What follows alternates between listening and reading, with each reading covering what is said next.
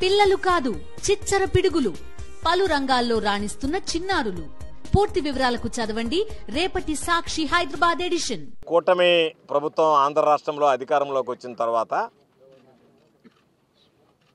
ప్రతిపక్ష పార్టీల మీద అనేక రకాలైనటువంటి కేసులు నమోదు చేయడం, వాటి మీద పాపం సోషల్ మీడియాకి సంబంధించి మరీ ముఖ్యంగా కార్యకర్తలని తీసుకువెళ్ళడం, వాళ్ళ మీద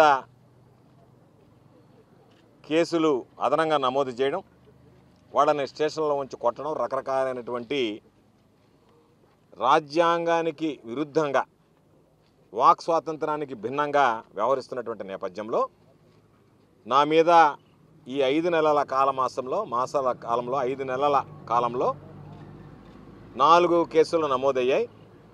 3 సోషల్ మీడియాకి సంబంధించి, 1 ఉచిత ఇసుక మీద ధర్నాకు సంబంధించి. కాబట్టి మొన్న వెంకటాచలంలో 2 కేసులకు సంబంధించి విచారణకు పిలిస్తే హాజరయ్యా. ఈరోజు మరలా ముత్తుకూరు స్టేషన్కి పిలిచి విచారణకి నోటీసులు ఇస్తే హాజరు కావడం జరిగింది. హైకోర్టుకు వెళ్ళి క్వాష్ పిటిషన్ ఫైల్ చేసిన ఈరోజు ఈ పోలీసుల మీద పెద్ద నమ్మకం లేకపోయినా పోలీసు వ్యవస్థ పట్ల నాకున్నటువంటి విశ్వాసం, ఈరోజు ఆ వ్యవస్థ అబాస్పాలు కాకూడదనే హాజరు కావడం జరిగింది. అయితే ఈరోజు ఒకసారి ఆలోచన చేస్తే దాదాపుగా 54 ప్రశ్నలు ఈరోజు ముత్తుకూరుకు సంబంధించినటువంటి పోలీస్ స్టేషన్లో అడగడం జరిగింది. వివరంగా సమాధానం చెప్పాను. సోమిరెడ్డి అవినీతిపరుడు, సోమిరెడ్డి అవినీతిని గురించి నా దగ్గర ప్రజల నుంచి వచ్చేటువంటి ఫిర్యాదులే నాకు ఆధారాలు. అధికారం ఉన్నా లేకపోయినా సర్వేపల్లి నియోజకవర్గానికి వాచ్మ్యాన్ లాగా పనిచేసేటువంటి వ్యక్తిని. సోమిరెడ్డి కొడుకు ఇద్దరు కలిసి ఇసుక, మట్టి, గ్రావెల్, బూడిద, లేఅవుట్లకు సంబంధించి కనుపూరు కెనాలకు టెండర్ కాలువ పూర్తి కాకముందే చేసినటువంటి దాని గురించి, ఈరోజు బెల్ట్ షాపుల వేలంలో ఏ విధంగా డబ్బులు తీసుకుంటున్నాడు అనేటువంటి దాని గురించి, బెల్ట్ షాపులకు సంబంధించి కాకుండా పర్మనెంట్ లైసెన్సులు ఇవ్వాలంటే ఈ మధ్యనే పాపం కొంతమంది ఒక మహిళ పొదలకూరు మండలంలో ఒక ప్రత్యేకంగా మీడియా సమావేశం ఏర్పాటు చేసి తనని ఏ విధంగా ఇబ్బందులు గురి చేస్తున్నారో, లంచాలు ఇవ్వలేదని చెప్పే ఉద్దేశంతో ఇవన్నీ కూడా ఈరోజు పోలీసులకి అన్ని ఆధారాలు ఏమిటి అంటే ఆధారాలతో సహా చెప్పడం జరిగింది. కాబట్టి నేను నాకున్నటువంటి బాధ్యత, నా ఉద్దేశం, సర్వేపల్లి నియోజకవర్గ ప్రజలు నిలువు దోపిడీకి గురవుతున్నారు కాబట్టి సోమిరెడ్డి అవినీతి వల్ల, అవినీతికి సంబంధించి స్పష్టంగా అధికారులకు చెప్పాం. మొన్న ఎప్పుడో పేపర్లో ఈనాడు పత్రికలో వచ్చింది. ఏమని వచ్చిందంటే దురుద్దేశంతో కాదు నేను చేసినటువంటివి అని చెప్పిన. నేను దురుద్దేశమా ఉద్దేశమా అని చెప్పలేదు. సోమిరెడ్డి మీద నేను చేసినటువంటి వ్యాఖ్యలకి కట్టుబడి ఉన్నా. న్యాయస్థానం తీర్పు ఏ విధంగా ఇచ్చినా నాకు ఇబ్బంది లేదు, కానీ నేను దాంట్లో వెనకడుగు వేసేటువంటి ప్రసక్తి ఉండదు. సోమిరెడ్డితో నాకు రాజకీయ ప్రత్యర్థి, రాజీ లేనటువంటి పోరాటం చేస్తాం.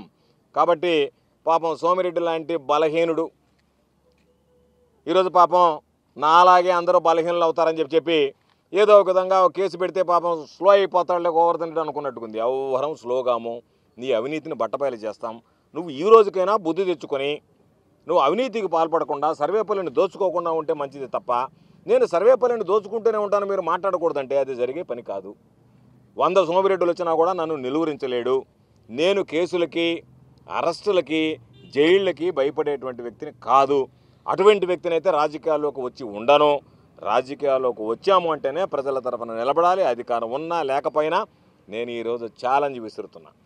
సోమిరెడ్డి రేపు అధికారం కోల్పోయిన తర్వాత కనీసం ఈరోజు నేను రాగలిగా, మా కార్యకర్తలు నాతో పాటు రాగలిగారు. పాపం వందలాది మంది కార్యకర్తలు. రేపు సోమిరెడ్డితో పాటు వెంట వచ్చేటువంటి కార్యకర్తను చూపిస్తే గొప్పతనం. అందుకనే ఈరోజు ఏం చేశాము అంటే స్పష్టంగా మరలా చెప్తున్నా మీడియా సాక్షిగా, ఎవరైతే ఈరోజు జగన్మోహన్ రెడ్డి గారి మీద కానీ, నా మీద కానీ, వైఎస్ఆర్ కాంగ్రెస్ పార్టీ మీద కానీ ఆరోపణలు చేస్తున్నారో పోలీస్ స్టేషన్లో కేసులు ఇచ్చాం. వాళ్ళు నమోదు చెయ్యరు, కానీ ఒక్క కేసు కూడా విడిచిపెట్టాం. రేపు ఖచ్చితంగా వైఎస్ఆర్ కాంగ్రెస్ పార్టీ ప్రభుత్వం అధికారంలోకి వచ్చిన వెంటనే సోమిరెడ్డి కొడుకు, దానితో పాటు పాపం సోమిరెడ్డి మాయ మాటలు విని ఎవరైతే ఈరోజు వ్యాఖ్యలు చేస్తున్నారో, పోస్టింగ్లు చేస్తున్నారో దాని రికార్డ్ అంతా మా దగ్గర ఉంది. ఒక్కొక్కటి తాట తీస్తాం తప్ప విడిచిపెట్టేటువంటి ప్రసక్తి ఉండదనేటువంటి విషయాన్ని సందర్భంగా తెలియజేస్తాం. ఎవరిని విడిచిపెట్టాం, సోమిరెడ్డితో సహా తాట తీస్తాం, ఎవరిని విడిచిపెట్టేది ఉండదు. కాబట్టి ఈ ఉడత బెదిరింపులకు భయపడేటువంటి పిరికి వాళ్ళం కాదు. దానికి సంబంధించినటువంటి రికార్డు తయారు చేస్తున్నాం. ఆ రికార్డు మా దగ్గర ఉంది. దాని ప్రకారం ఎవరెవరు మా మీద, మా నాయకుల మీద, మాకు సంబంధించినటువంటి పార్టీ మీద మాట్లాడారో అవన్నీ కేసులు నమోదు చేస్తాం. కొత్త సాంప్రదాయాలు తీసుకొచ్చింది ఈ పార్టీ. ఎప్పుడన్నా పాత రోజుల్లో ఉంటే ఆ కేసు మరలా ఇప్పుడు నమోదు చేసుకోవచ్చు అని చెప్పి కొత్త కేసులు నమోదు చేసుకోవచ్చు, కొత్త సెక్షన్లు యాడ్ చేసుకోవచ్చు, వాళ్ళని జైలుకి పంపించవచ్చు. ఏ విధమైనటువంటివి చేయకూడదో అవన్నీ చేయడానికి ఈరోజు నాంది పలికింది. కాబట్టి దాన్ని అనుసరిస్తేనే ఈరోజు ఎవ్వడు ఇళ్లలో ఉండేటువంటి పని ఉండదు. అందరూ సర్వేపల్లి నియోజకవర్గం నెల్లూరు జిల్లా వదిలి వెళ్ళిపోవాల్సినటువంటి పరిస్థితి ఏర్పడుతుంది.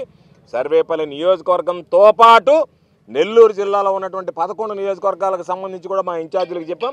ఎవరైతే అక్కడ అనుచితంగా ప్రవర్తిస్తున్నారో, ఎవరైతే అక్కడ ఓవర్ యాక్షన్ చేస్తున్నారో వాళ్ళందరి వివరాలు సేకరించండి, ఆ కేసులను తీసిపెట్టండి, ప్రతిదీ ఎఫ్ఐఆర్ కట్టిస్తాం. ఎఫ్ఐఆర్ కట్టించి అందరూ జైలు పాలయ్యేటువంటి విధంగా చర్యలు తీసుకుంటామని చెప్పి సందర్భంగా తెలియజేస్తూ, ఏది ఏమైనా ఈరోజు అధికారం లేకపోయినా అధికార పార్టీ బెదిరింపులకు పాల్పడ్డా పాపం వాళ్ళు వస్తే మేము వస్తామంటే పోలీసులు మమ్మల్ని పంపించేస్తామని చెప్పి డిఎస్పీ దగ్గర నుంచి, సిఐల దగ్గర నుంచి, ఎస్ఐల దగ్గర నుంచి వస్తే ఒకటే మాట చెప్పాం, మీరు తెలుగుదేశం పార్టీ వాళ్ళని 10 మందిని అడ్డం పెట్టుకోవాల్సినటువంటి అవసరం లే. వాళ్ళని చూసి మేము పోం, మీరు పక్కకు తొలగండి పోలీసులు, మేము వెళతాం. వాళ్ళని దాటుకొని వెళ్ళగలిగితే వాళ్ళకి సమాధానము బుద్ధి చెప్పి పోగలుగుతాం, లేకపోతే వెనక్కి తిరిగి వస్తామని చెప్పాం.